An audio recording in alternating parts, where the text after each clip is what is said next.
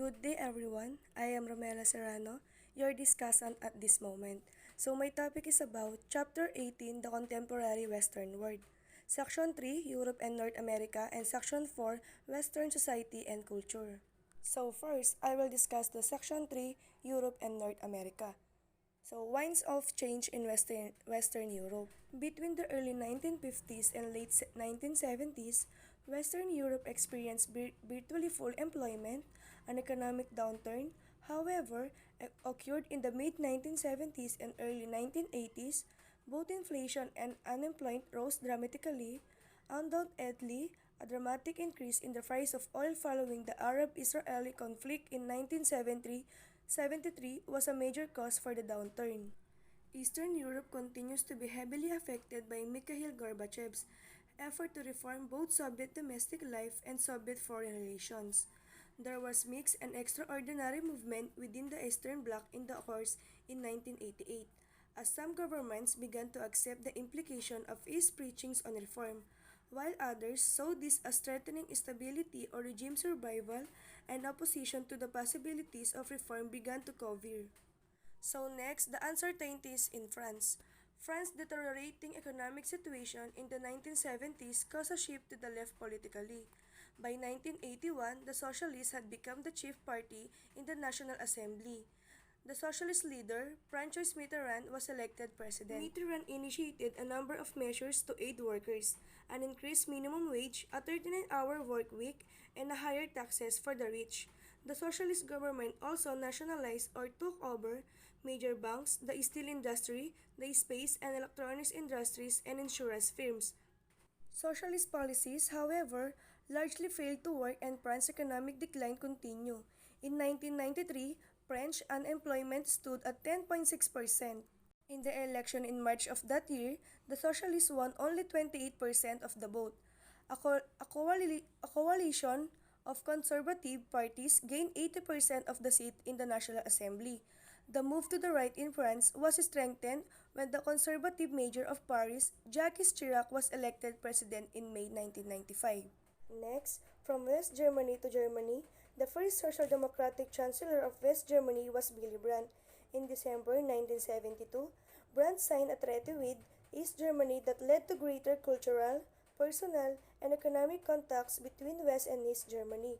For this, he received the Nobel Peace Prize for 1971.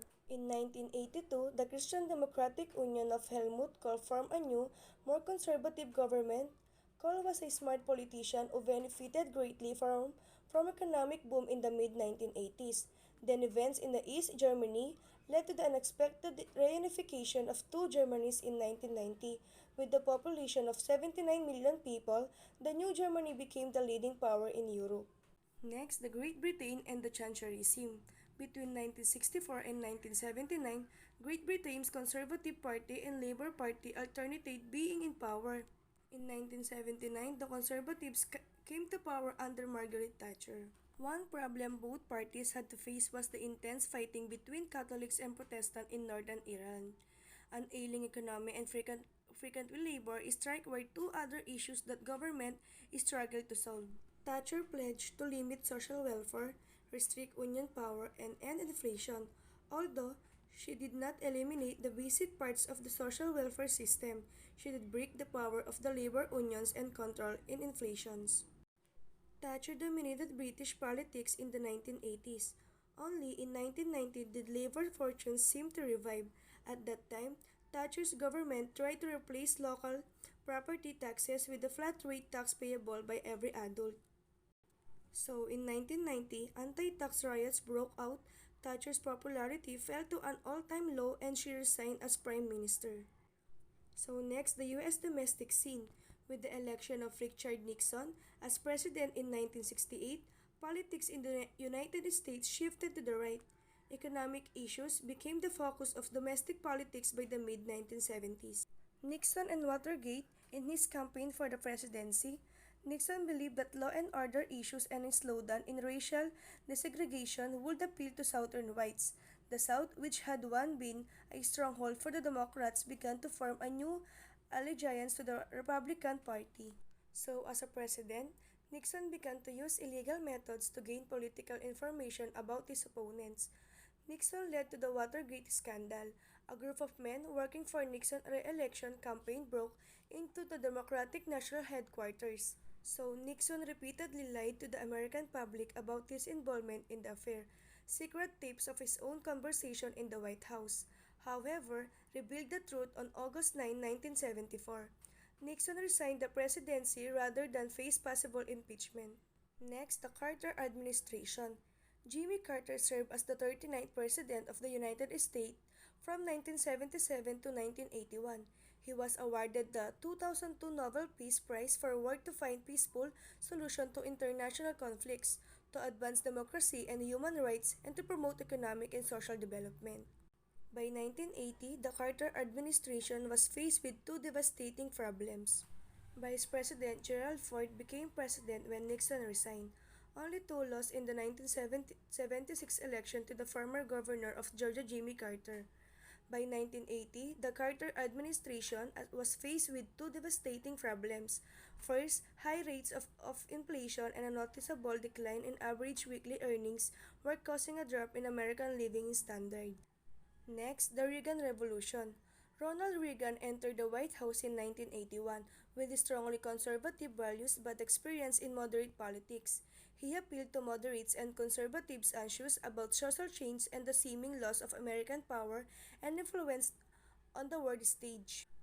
The Reagan Revolution, as it has been called, sent U.S. policy in new directions. A budget deficit exists when the government expends more than it collects in revenues. The spending policies of the Reagan administration produced record government budget deficit. In the 1970s, the total deficit was 420 billion between 1981 and 1987. Budget deficit were three times that amount. The Clinton and Bush years.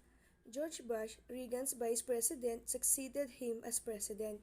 Bush lost the 1992 presidential election to Democratic Bill Clinton following an economic recession, his turnaround on his tax promise, and the decreased emphasis of foreign policy in a post-Cold War political climate. So Clinton claimed to be a new kind of democratic, one who favored several Republican policies of the 1980s. This was a clear sign that the drift to the right in American politics was not ended with the Democrats' elections. A length economic revival won Clinton popular support, but his second term was overshadowed by charges of presidential misconduct. The House of Representatives voted two articles of impeachment, formal charges of misconduct against him.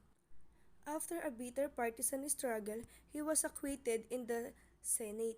Clinton problems helped the Republican candidate, George Bush, son of the first President Bush, to win the presidency in 2000 in a very close election. So President Bush directed much of his attention to fighting terrorism. His domestic policy focused on cutting taxes to stimulate the lagging economy and to bring down unemployment.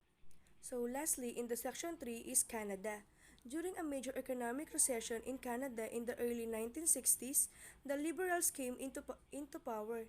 The most prominent Liberal government of the time was that Pierre Trudeau, who became Prime Minister in 1968.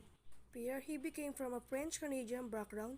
Trudeau was dedicated to preserving a united Canada while at the same time acknowledging the rights of French-speaking Canadians. His government passed the Official Languages Act, which allowed both English and French to be used in the federal civil service. Trudeau's government also supported a vigorous program of industrialization. And that's all for the Section 3. Now, proceed naman po tayo sa Section 4, Western Society and Culture. So first is changes in women's lives. Since 1970, the number of women in the workforce has continued to rise. In the 1960s and 1970s, some women in the women's liberation movement. In the 1980s and 1990s, they become involved in other issues. In the 1990s, there was a backlash to the women's movement. In Britain, the number of women in the labor force went from 32% to 44% between 1970 and 1990. Greater access to universities enable more women to pursue careers in such fields as law, medicine, and government. However, women continue to receive lower wages than men for the same work and to have fewer chances to advance to top positions. So, in the 1960s and 1970s, some women in the women's liberation movement came to believe that women themselves must transform the fundamental condition of their lives. Women formed consciousness raising groups to make people aware of women issues.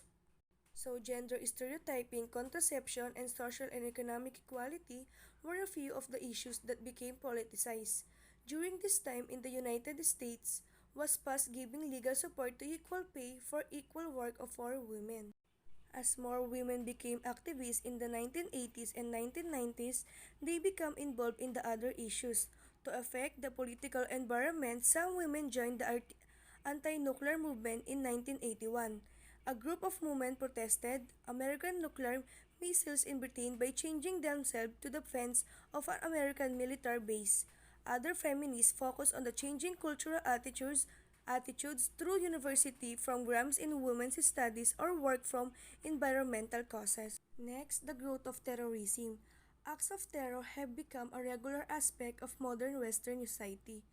Terrorists kill civilians, take hostages, and hijack planes to draw attention to their demands or to achieve their political goals. Some terrorists are militant nationalists who want to create their own state or expand national territory. One such group is the Irish Republican Army, whose goal is to unite Northern Ireland.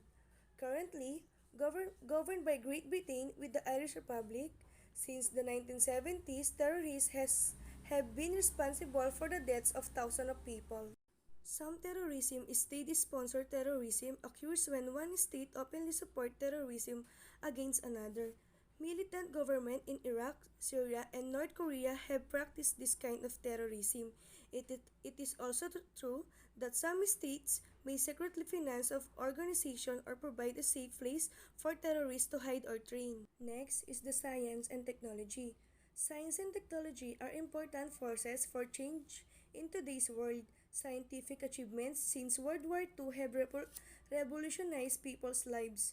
In 1961, 4 years after the Soviet Union sent Sputnik 1 into orbit, in 2000, debates continue over the role science should play in food production. A stunning example of how the new methods work in the space race. In 1961, 4 years after the Soviet Union sent Sputnik 1 into orbit, President Kennedy predicted the United States would land astronauts on the moon within a decade. Massive government funding allowed the United States to do so in 1969. Next is religious revival. Many people perceive a collapse in values during the 20th century. In the communist world, the goal was to build an aesthetic society. In the West, a secular society grew stronger. Religion continued to play an important role in many people's lives. However, and certain religious leaders attempted to show Christianity's relevance to modern life. One such leader was the Protestant Karl Barth. Barth argued that since human beings were imperfect, people could know religious truth through God's grace, not through person. Many Catholic practices allowing Mass to be said in the language of a given country. Pope John Paul II strengthened the Church in the non-Western world through his many trips abroad, while, while he alienated some by supporting the bans on birth control and women in the priesthood. John Paul II reminded Catholics of the needs to temper the pursuit of Methodism with spiritual concerns. Next is trends in art. For the most part, the United States has dominated the art world since the end of the World War II.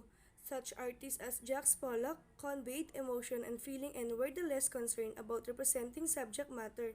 The early 1960s saw the emergence of pop art images. So, after 1945, New York City became the artistic center of the Western world. And in the 1980s, a style emerged that some have referred to as postmodern.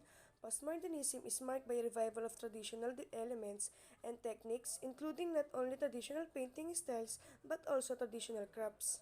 So, next, the popular culture. Today, people often talk about the music, movies, television, sports, all the parts of popular culture.